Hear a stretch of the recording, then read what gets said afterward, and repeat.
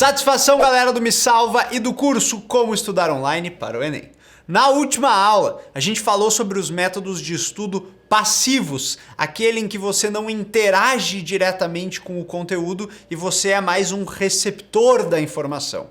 Vai ser o caso de estudar por vídeos, por leituras, por palestras, por podcasts e assim por diante. Nessa aula, a gente vai começar a falar sobre os métodos de estudos ativos. Então vem comigo aqui para a gente relembrar como é que funciona essa divisão entre os métodos de estudos na mãozinha. Muito bem, pessoal. Aqui está aquela pirâmide de William Glasser que a gente veio falando nas últimas aulas. Os níveis de retenção de conteúdo menores, que vão de 10 a 40%, lembrando que esses números são teóricos, é uma coisa mais ou menos para a gente ter uma ideia de como é que funciona. Esses métodos de estudo aqui são os métodos de estudos passivos. Já esses aqui de baixo, que apresentam uma maior taxa de retenção do conteúdo, são os métodos ativos. Quais são eles? Vamos lembrar? Aqui nos 70% a gente tem o método de estudo da discussão, quando a gente discute e conversa sobre o assunto. Nos 80%, a prática, a mão na massa. E o mais potente de todos, 95% de retenção, quando a gente explica a matéria para outra pessoa. Como essas taxas de retenção são muito altas, então a gente não vai ter só uma aula sobre os métodos ativos. Na verdade, nós teremos 3 aulas, essa e as próximas 2. E vai funcionar da seguinte maneira. Nessa aula, a gente vai estar falando sobre exercícios, que são um ponto fundamental no estudo para o Enem. Na próxima aula, a gente vai falar sobre o estudo da redação, uma aula inteira sobre como estudar redação. E para terminar, a gente vai falar sobre esse método, o mais potente de todos, que é quando a gente explica a matéria. E a gente vai ver que não necessariamente a gente precisa ser um professor para poder explicar a matéria e também a gente não necessariamente precisa ter um aluno para explicar a matéria. Mas calma, a gente vai chegar lá. Nessa aula, então, a gente vai falar sobre exercícios, como estudar através de exercícios e de simulados. Bora lá? Muito bem, exercícios. Você sabe que tem que fazer exercício e a importância deles é óbvia, mas vale ressaltar 2 motivos principais. O primeiro é que, como a gente viu pela pirâmide aqui, os exercícios são uma forma muito potente de se fixar o conteúdo que foi estudado. E o segundo motivo, e talvez mais importante, é porque quando chegar a prova do Enem, o que você vai fazer lá na prova do Enem, Alex? Exercícios, velho, é isso. Lá na prova do Enem tu vai ter que fazer exercícios. Então tem que estudar com exercícios. Tanto exercícios que sejam do Enem, quanto outros tipos de exercícios. Beleza? Então tá aí. Não tem como negar a importância dessa forma de estudo. Tem muitos exercícios de graça na internet. Ó, Bia, comentário pertinente. Pessoal, exercício é uma coisa boa para quem quer estudar que nem a Bia, que é autodidata. Exercício tem a rodo pela internet. Tem muito exercício gratuito, inclusive com resolução. Lá no Me Salva, por exemplo, todos os exercícios estão organizados por assunto e tem um banco de provas com mais de 10 mil exercícios resolvidos. Fica a dica.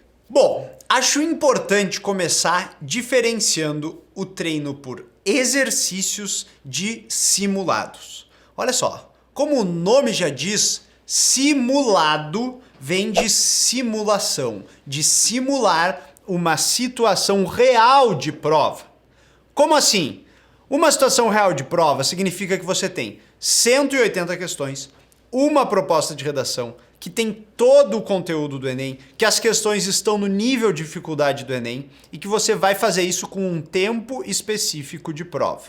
Então, assim, não é aquela coisa de, vou fazer um simulado de 10 questões. Não, daí não é simulado, daí é lista de exercícios. Simulado é simulação da prova do Enem, certo? E assim como um maratonista não vai correr uma maratona a cada final de semana para treinar, Você que está estudando para a prova do Enem também não vai fazer um simulado todo final de semana.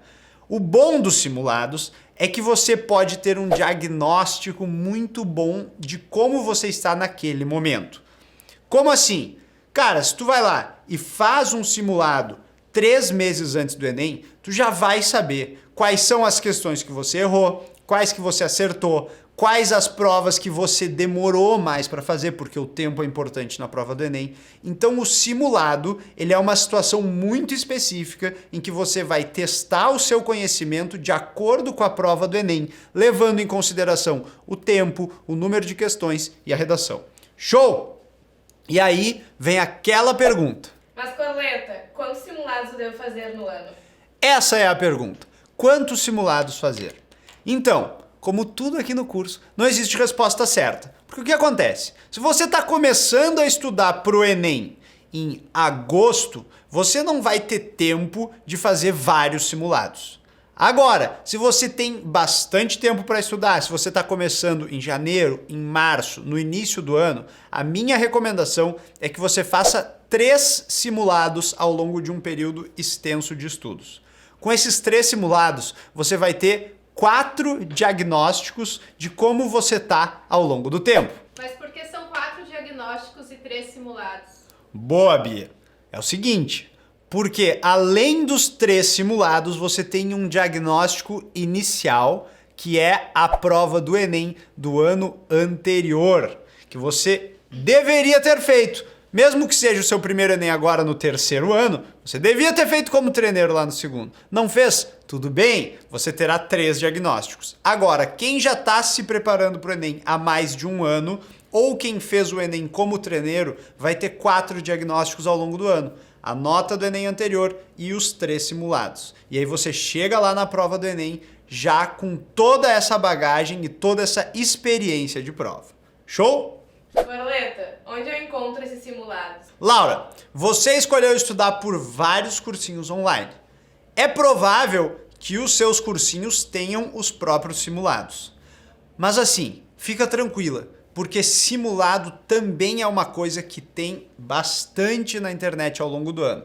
Várias plataformas disponibilizam simulados gratuitamente, incluindo o Missals. E aí você pode fazer esses simulados ao longo do ano e ter esses diagnósticos que você precisa. Não inventa de tentar criar o teu próprio simulado. Não é bem assim. Isso é função do cursinho e de quem entende da prova e pode te entregar um simulado, inclusive com uma simulação da nota TRI, que é a forma de cálculo da nota do Enem. Fechou? Fechou, muito obrigada. De nada. Bom, falamos de simulados. Eles são muito importantes, mas você vai fazer eles de forma esporádica, algumas vezes ao longo do ano. Quando a gente vai falar sobre exercícios, aí sim, você, estudante do Enem, vai fazer exercícios todos os dias que você for estudar. Como a gente viu, exercícios são muito bons para fixar o conteúdo, certo? E tem um ponto importante. Exercícios vão aparecer em diversos momentos dos seus estudos. Como assim? Vamos supor que você assistiu uma aula em vídeo. Talvez, se o seu cursinho for bem organizado, depois dessa aula em vídeo, vão ter exercícios relativos àquela aula. Aí você vê o vídeo, faz os exercícios, vê outro vídeo, faz os exercícios. No final, vai ter uma lista de exercícios relativa a todos aqueles vídeos que você estudou antes. Então, existem exercícios que servem para memorizar o conteúdo da aula, existem exercícios que servem para você juntar vários conteúdos e existem exercícios que servem para você revisar a matéria que já foi vista antes. Quem vai te dizer qual exercício fazer? O seu cursinho. A não ser a Bia. A Bia tem esse problema. Ela vai ter que aprender o jeito dela de estudar por exercícios, mas lembra, é muito importante sempre fazer exercícios depois de cada aula e para revisar o conteúdo periodicamente. E quantos exercícios eu devo fazer? Olha, Bia, boa pergunta. Quantos exercícios? A gente vai pensar no seguinte, se a gente tem uma aula em vídeo de 10 a 15 minutos, tu vai fazer alguns exercícios depois dessa aula. Quantos? 5 exercícios 10 exercícios. Como a aula é curta, você faz exercícios e já consegue fixar o conteúdo que foi visto naquela aula. Agora, depois de um período longo de estudos, fazer uma lista mais comprida, com 20, 25, 30 exercícios, é ideal. Quantos exatamente eu devo fazer? Cara, não tem resposta certa. Você precisa fazer exercícios de maneira que, à medida que você faz os exercícios, você sente que aquele conteúdo está sendo aprendido. Vai chegar um momento em que você só está repetindo e você já entendeu o conteúdo. Aí está na hora de passar para o próximo. Agora, o ideal nesse sentido é você ter algum guia, um cursinho ou vários cursinhos que te indiquem exatamente quantos exercícios você deve fazer. Beleza? Bom, então você estava estudando e se deparou com uma lista de exercícios. É interessante você saber que lá dentro existem tipos diferentes de exercícios. Existem exercícios que são muito fáceis, existem exercícios médios e exercícios difíceis. Existem exercícios que são autorais, ou seja, por exemplo, o André criou um exercício para a aula de matemática dele. Mas existem exercícios que são exercícios de provas, foram pegos lá de um banco do INEP, ou das provas da FUVEST, ou das provas de outros vestibulares. Então você tem que estar ligado que, por exemplo, se você vai fazer o Enem, que é o caso aqui, você deve treinar por exercícios do Enem, mas não só. Os exercícios podem ser difíceis se você for direto encarar os exercícios do Enem.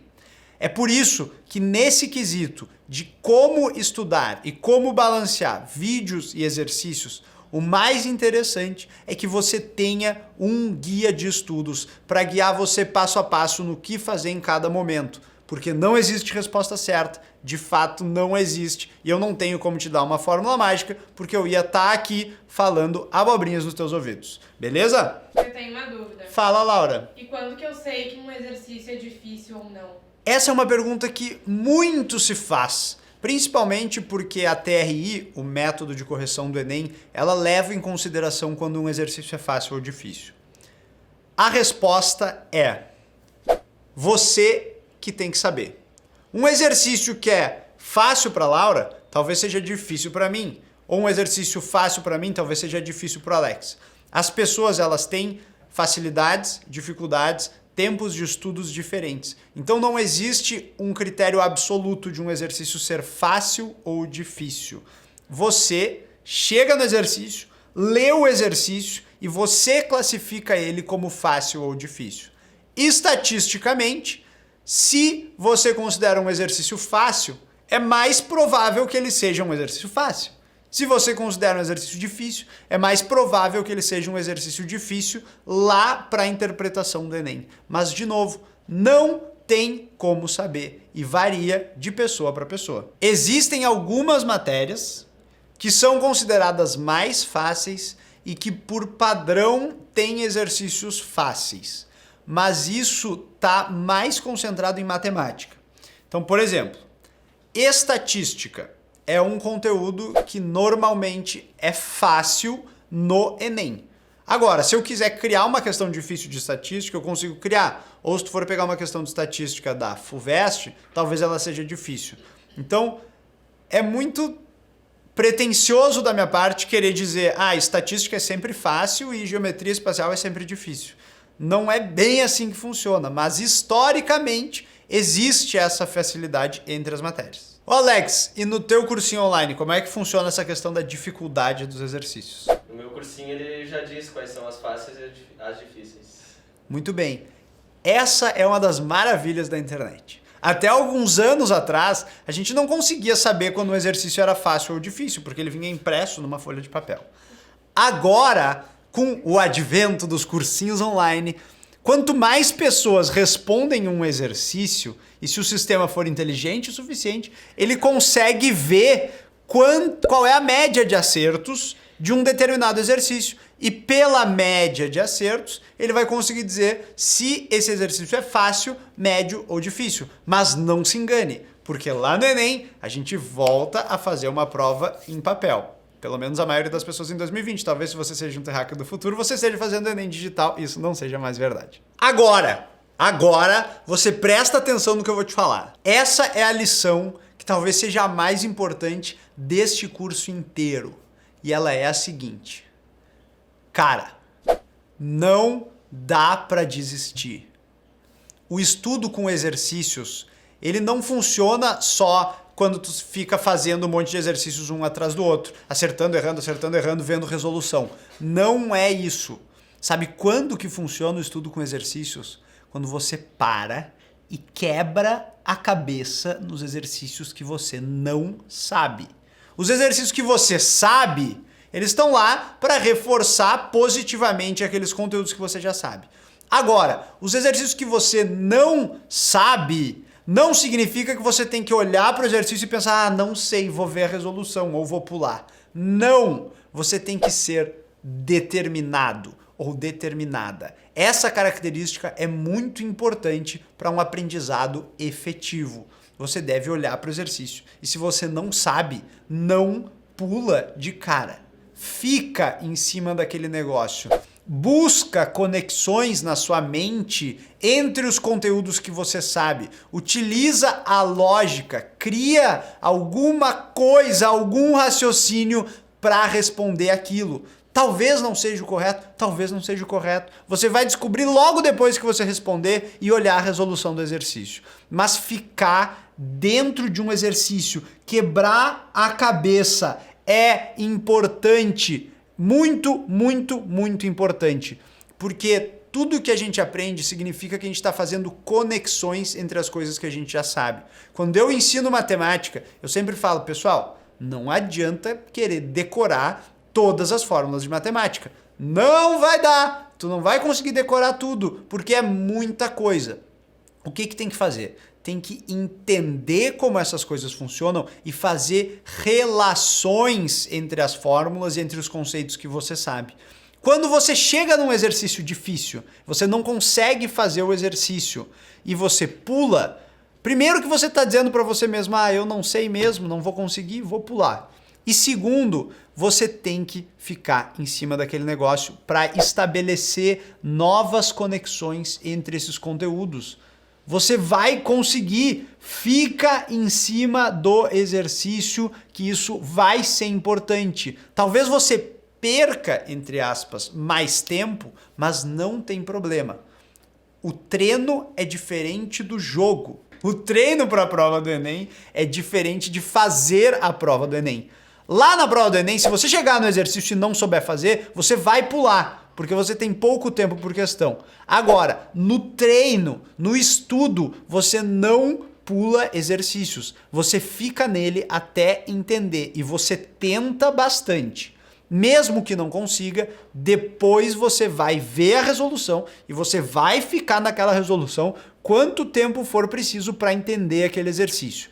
É essa determinação que vai fazer com que você memorize, com que você aprenda esses conteúdos. Beleza? Então faz isso por mim e por você. Da próxima vez que você chegar num exercício e não conseguir, não desiste de cara. Fica em cima. Cria as teorias necessárias. Tá dentro da sua cabeça. Você precisa ligar os pontos. Beleza? Me empolguei. Mas é isso. Seja determinado. Isso vai fazer a diferença lá na hora do Enem. Muito bem, então entendemos bastante sobre o estudo com exercícios e para finalizar eu tenho algumas dicas importantes sobre essa forma de estudo. Em primeiro lugar, sempre estude com exercícios que possuem resolução, certo? Por quê? Porque aí se você não conseguir, mesmo depois de tentar, você vai ter a resolução como uma maneira de entender onde foi que o seu raciocínio falhou para não conseguir chegar naquela resposta. Em segundo lugar, é muito importante que você estude também com exercícios discursivos. É isso mesmo. O que acontece? Lá no Enem, lá na maioria dos nossos exercícios que a gente vai fazer, tem alternativas. E as alternativas, elas são boas por um lado, porque dá para chutar. Agora, por outro lado, se você já tem as alternativas lá, você às vezes fica meio ancorado tentando pensar qual é a correta e eliminar uma ou outra. E às vezes o melhor caminho para aprender é você criar as suas próprias ideias. Lembra daquela pirâmide? Quando você se envolve no estudo, você aprende mais. Então, escrever a sua resposta com as próprias palavras vai te ajudar bastante na hora de aprender um conteúdo. E em terceiro e último lugar, importante aqui, ó, faça exercícios com nível de dificuldade maior do que o da prova do Enem. O raciocínio por trás disso é muito simples. Se você consegue ou se você se desafia a ir além da prova do Enem, quando você voltar, entre aspas, para o nível de dificuldade Enem, tudo vai estar mais tranquilo.